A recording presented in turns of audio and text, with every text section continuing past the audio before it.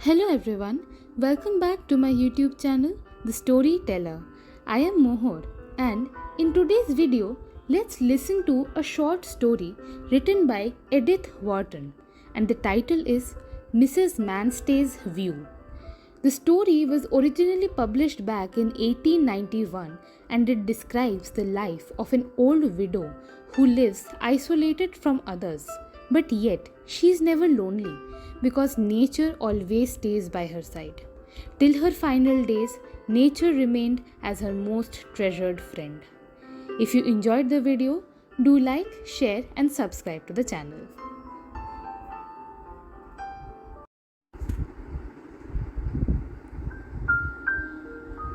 The view from Mrs. Manstey's window was not a very striking one, but to her, at least, it was full of interest and beauty. Mrs. Manstey occupied the back room on the third floor of a New York boarding house in a street where the ash barrels lingered late on the sidewalk, and the gaps in the pavement would have staggered a Quintus Curtius. She was the widow of a clerk in a large wholesale house, and his death had left her alone, for her only daughter had married in California and could not afford the long journey to New York to see her mother. Mrs. Manstey perhaps might have joined her daughter in the West, but they had now been for so many years apart that they had ceased to feel any need of each other's society, and their intercourse had long been limited to the exchange of a few perfunctory letters, written with indifference by the daughter, and with difficulty by Mrs. Manstey, whose right hand was growing stiff with gout.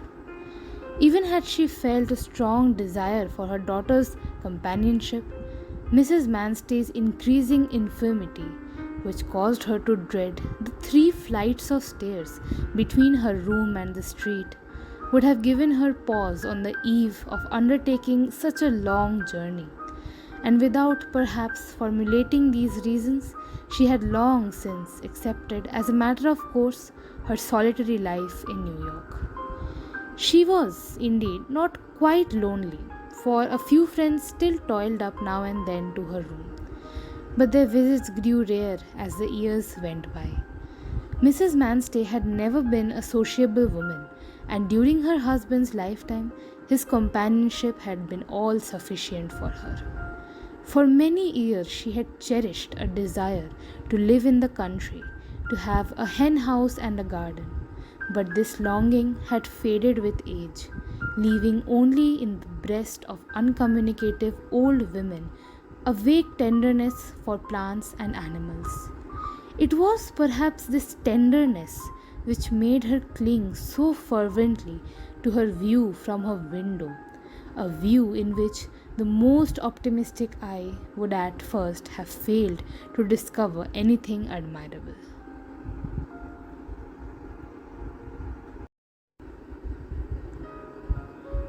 Mrs. Manstey, from her coign of vantage, a slightly projecting bow window where she nursed an ivy and a succession of unwholesome looking bulbs, looked out first upon the yard of her own dwelling, of which, however, she could get but a restricted glimpse. Still, her gaze took in the topmost boughs of the ailanthus below her window, and she knew how early each year the clump of dicentra strung its bending stalk with hearts of pink. But of greater interest were the yards beyond. Being for the most part attached to the boarding houses, they were in a state of chronic untidiness and fluttering, on certain days of the week with miscellaneous garments and frayed tablecloths. In spite of this, Mrs. Manstey found much to admire in the long vista which she commanded. Some of the yards were, indeed, stony wastes with grass in the cracks of the pavement and no shade in the spring save that afforded by the intermittent leafage of the clotheslines. These yards Mrs. Manstey disapproved of, but the others, the green ones, she loved. She had grown used to their disorder. The broken barrels, the empty bottles, and the paths unswept no longer annoyed her, Hers was the happy faculty of dwelling on the pleasanter side of the prospect before her. In the very next enclosure, did not a magnolia open its hard white flowers against the watery blue of April? And was there not, a little way down the line, a fence foamed over every May be lilac waves of wisteria? Farther still, a horse chestnut lifted its candelabra of buff and pink blossoms above broad fans of foliage, while in the opposite yard, June was sweet with the breath of neglected syringa, which persisted in growing despite the countless obstacles opposed to its welfare.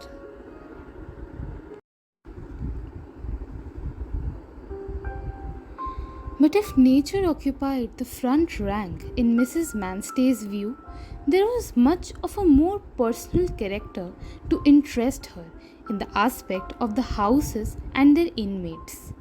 She deeply disapproved of the mustard colored curtains which had lately been hung in the doctor's window opposite. But she glowed with pleasure when the house farther down had its old bricks washed with a coat of paint. The occupants of the house did not often show themselves at the back windows, but the servants were always in sight. Noisy slatterns, Mrs. Manstey pronounced the greater number. She knew their ways and hated them. But to the quiet cook in the newly painted house, whose mistress bullied her, and who secretly fed the stray cats at nightfall, Mrs. Manstey's warmest sympathies were given. On one occasion, her feelings were racked by the neglect of a housemaid who, for 2 days, forgot to feed the parrot committed to her care. On the third day, Mrs. Manstey, in spite of her gouty hand, had just penned a letter, beginning, "Madam, it is now 3 days since your parrot has been fed," when the forgetful maid appeared at the window with a cup of seed in her hand. But in Mrs. Manstey's more meditative mood, it was the narrowing perspective of the far off yards which pleased her the best. She loved at twilight when the distant brown stone spire seemed melting in the fluid yellow of the west, to lose herself in vague memories of a trip to Europe, made years ago, and now reduced in her mind's eye to a pale phantasmagoria of indistinct steeples and dreamy skies. Perhaps at heart Mrs. Manstey was an artist.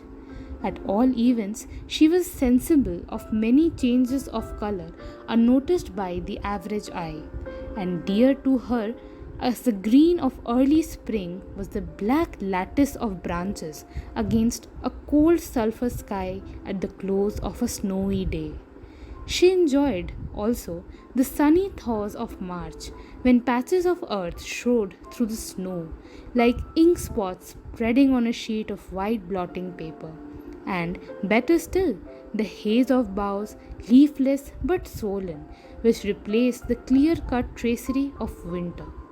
She even watched with a certain interest the trail of smoke from a far-off factory chimney, and missed a detail in the landscape when the factory was closed and the smoke disappeared. Mrs. Manstey, in the long hours which she spent at her window, was not idle. She read a little and knitted numberless stockings, but the view surrounded and shaped her life as the sea does a lonely island. When her rare callers came, it was difficult for her to detach herself from the contemplation of the opposite window washing, or the scrutiny of certain green points in a neighboring flower bed, which might or might not turn into hyacinths, while she feigned an interest in her visitor's anecdotes about some unknown grandchild.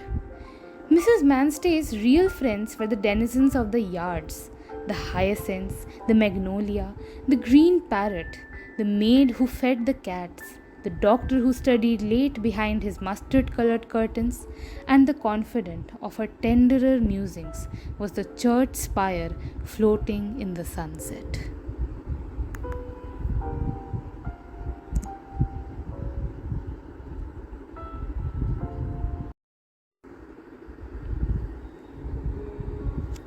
One April day, as she sat in her usual place, with knitting cast aside and eyes fixed on the blue sky mottled with the round clouds, a knock at the door announced the entrance of her landlady.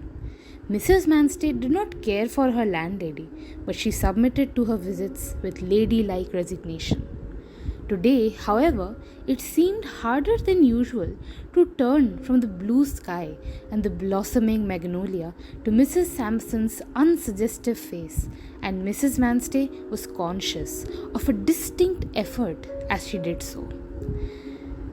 "The magnolia is out earlier than usual this year, Mrs. Sampson," she remarked, yielding to a rare impulse, for she seldom alluded to the absorbing interest of her life.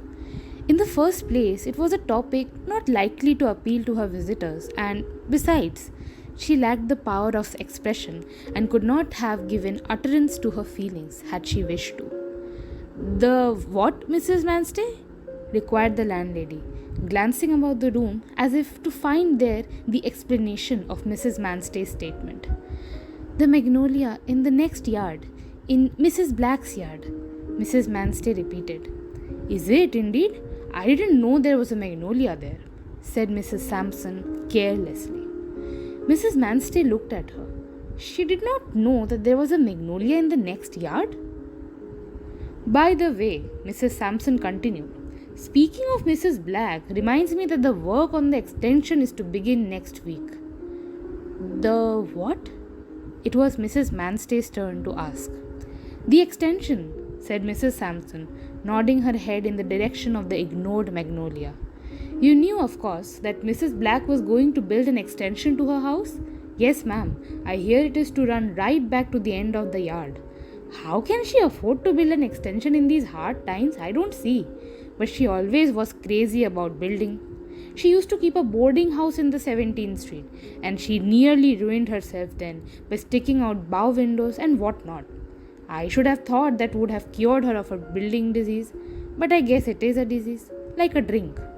Anyhow, the work is to begin on next Monday."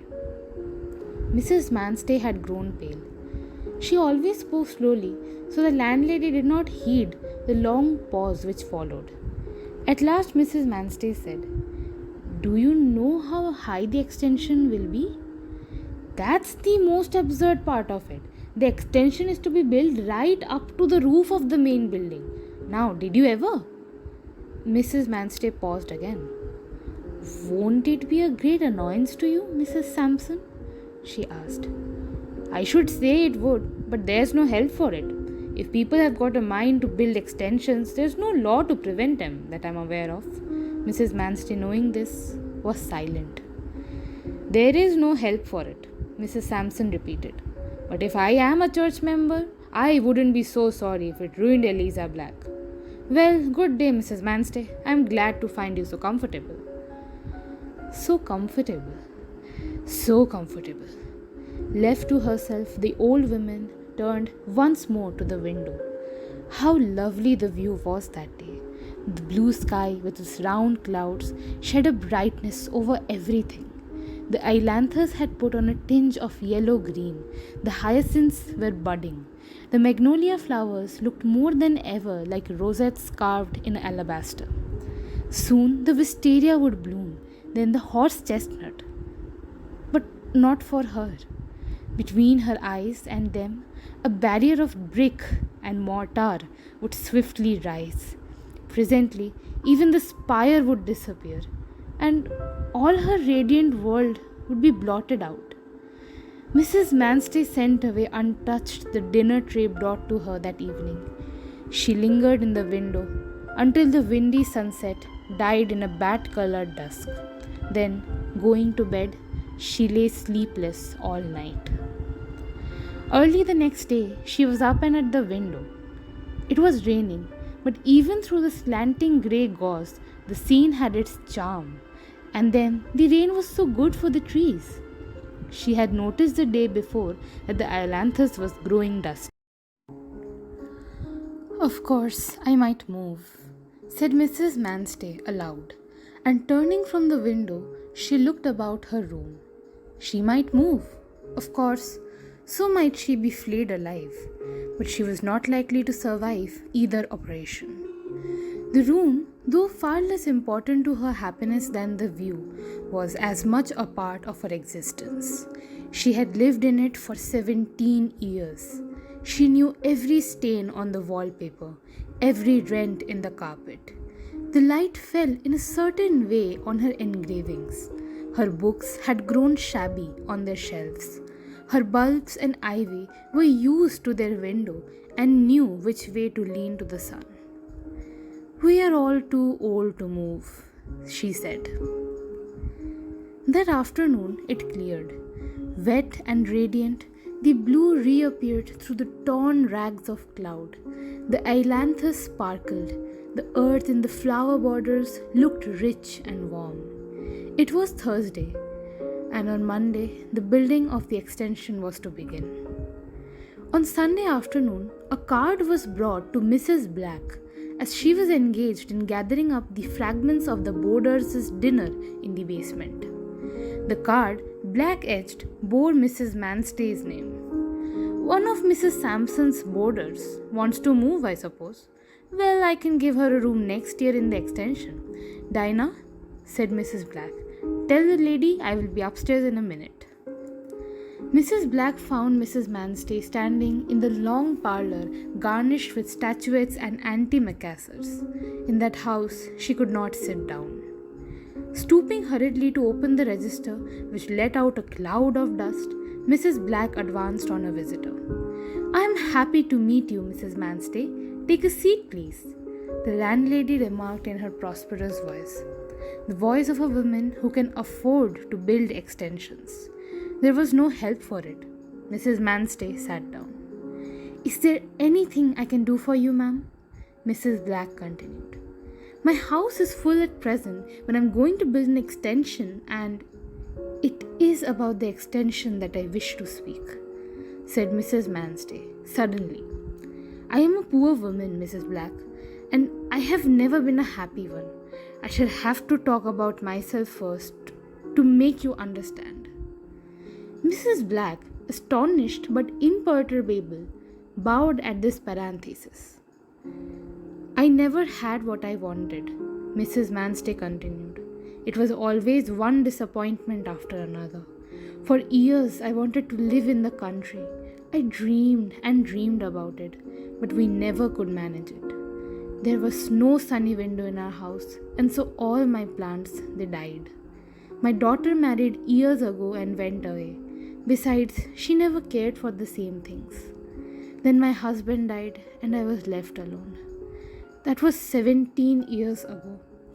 I went to live at Mrs. Sampson's and I have been there ever since. I have grown a little infirm, as you see, and I don't get out often, only on fine days if I am feeling very well. So you can understand my sitting a great deal in my window, the back window on the 3rd floor. "Well, Mrs. Manstey," said Mrs. Black liberally, "I could give you a back room, I dare say, one of the new rooms in the but I don't want to move. I can't move," said Mrs. Manstey, almost with a scream. "And I came to tell you that if you build that extension, I shall have no view from my window. No view. Do you understand?" Mrs. Black thought herself face to face with a lunatic, and she had always heard that lunatics must be humoured. Dear me," she remarked, pushing her chair back a little away. "That is too bad, isn't it? Why, I never thought of that. To be sure, the extension will interfere with your view, Mrs. Manstey." "You do understand?" Mrs. Manstey gasped. "Of course I do, and I'm really sorry about it too. But there, don't you worry, Mrs. Manstey. I guess we can fix that, all right." Mrs. Manstey rose from her seat, and Mrs. Black slipped towards the door. "What do you mean by fixing it? Do you mean that I can induce you to change your mind about the extension?" "Oh, Mrs. Black, listen to me. I have $2,000 in the bank, and I could manage. I know I could manage to give you 1,000 if..." Mrs. Manstey paused. The tears were rolling down her cheeks. There, Mrs. Manstey, don't you worry. repeated Mrs. Black soothingly. "I'm sure we can settle it. I'm sorry that I can't stay and talk about it any longer, but this is such a busy time of the day with supper to get." Her hand was on the doorknob, but with sudden vigor, Mrs. Manstey seized her wrist. "You're not giving me a definite answer. Do you mean to say that you accept my proposition?" "Why, I will think it over, Mrs. Manstey. Certainly I will. I wouldn't annoy you for the world. But the work is to begin tomorrow, I am told." Mrs. Manstey persisted. Mrs. Black hesitated. "It shan't begin. I promise you that. I'll send word to the builder this very night." Mrs. Manstey tightened her hold. "You are not deceiving me, are you?" she said. No, stammered Mrs. Black. "How can you think of such a thing, Mrs. Manstey?" Slowly, Mrs. Manstey's clutch relaxed, and she passed through the open door. $1,000, she repeated, pausing in the hall. Then she let herself out of the house and hobbled down the steps, supporting herself on the cast iron railing. "My goodness!" exclaimed Mrs. Black, shutting and bolting the hall door. "I never knew the old woman was crazy, and she looks so quiet and ladylike too." Mrs. Manstey slept well that night, but early the next morning she was awakened by sound of hammering. She got to her window with what haste she might, and, looking out, saw that Mrs. Black's yard was full of workmen.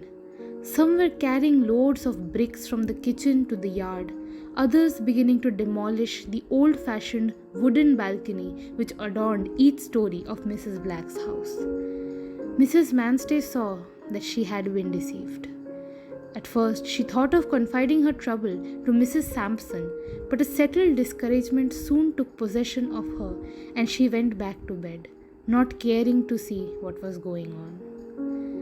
Towards afternoon, however, feeling that she must know the worst, she rose and dressed herself. It was a laborious task, for her hands were stiffer than usual, and the hooks and buttons seemed to evade her. When she seated herself in the window, she saw that the workmen had removed the upper part of the balcony, and that the bricks had multiplied since morning. One of the men, a coarse fellow with a bloated face, picked a magnolia blossom and, after smelling it, threw it to the ground.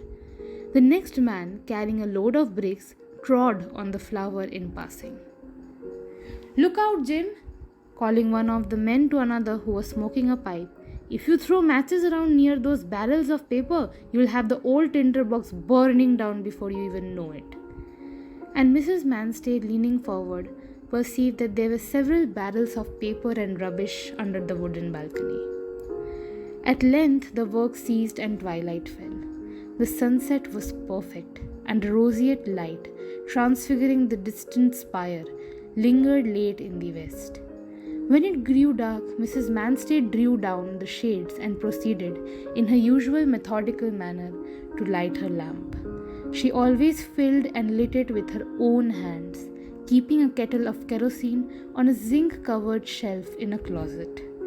As the lamplight filled the room, it assumed its usual peaceful aspect. The books and the pictures and the plants seemed, like their mistress, to settle themselves down for another quiet evening, and Mrs. Manstey, as was her wont, drew up her armchair to the table and began to knit.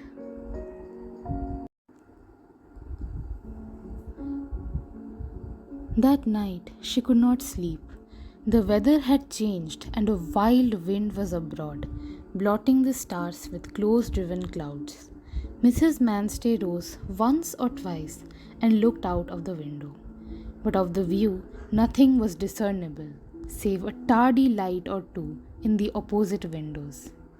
These lights at last went out, and Mrs. Manstey, who had watched for their extinction, began to dress herself. She was in evident haste, for she merely flung a thin dressing gown over her night dress and wrapped her head in a scarf. Then she opened her closet and cautiously took out the kettle of kerosene. Having slipped a bundle of wooden matches into her pocket, she proceeded. with increasing precautions, to unlock her door.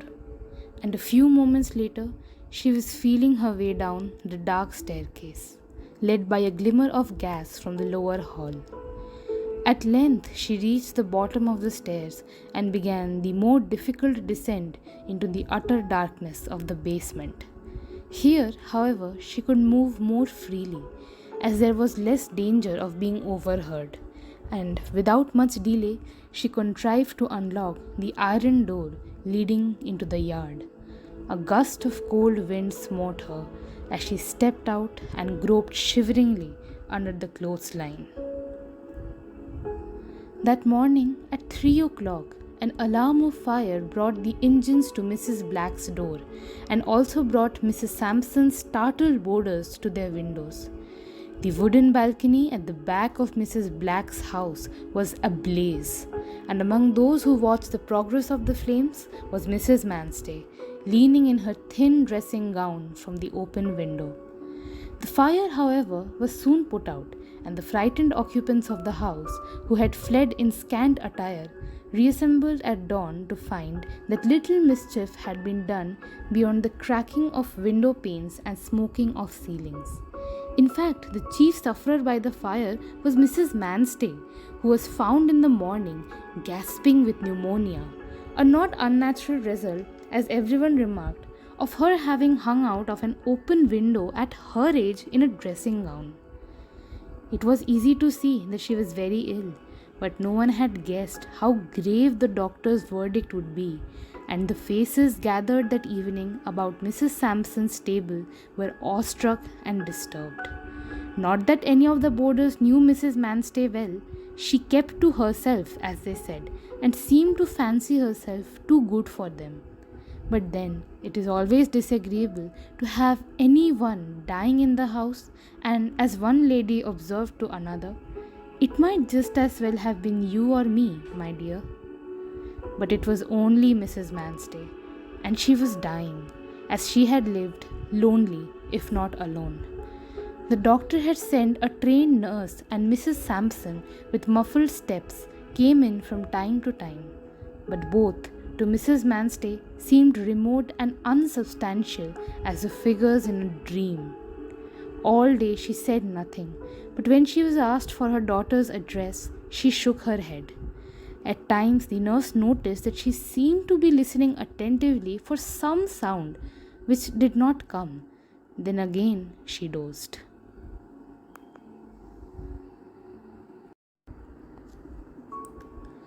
The next morning at daylight she was very low. The nurse called Mrs. Sampson, and as the two bent over the old woman, they saw her lips move. "Lift me up, out of the bed," she whispered. They raised her in their arms, and with her stiff hand she pointed to the window. "Oh, the window. She wants to sit in the window. She used to sit there all day," Mrs. Sampson explained. "It can do her no harm, I suppose." "Nothing matters now," said the nurse. They carried Mrs. Manstey to the window and placed her in her chair. The dawn was abroad, a jubilant spring dawn. The spire had already caught a golden ray, though the magnolia and horse chestnut still slumbered in the shadow. In Mrs. Black's yard it was all quiet. The charred timbers of the balcony lay where they had fallen. It was evident that since the fire, the builders had not returned to their work. The magnolia had unfolded a few more sculptural flowers. The view was undisturbed. It was hard for Mrs. Manstey to breathe. Each moment it grew more difficult. She tried to make them open the window, but they would not understand.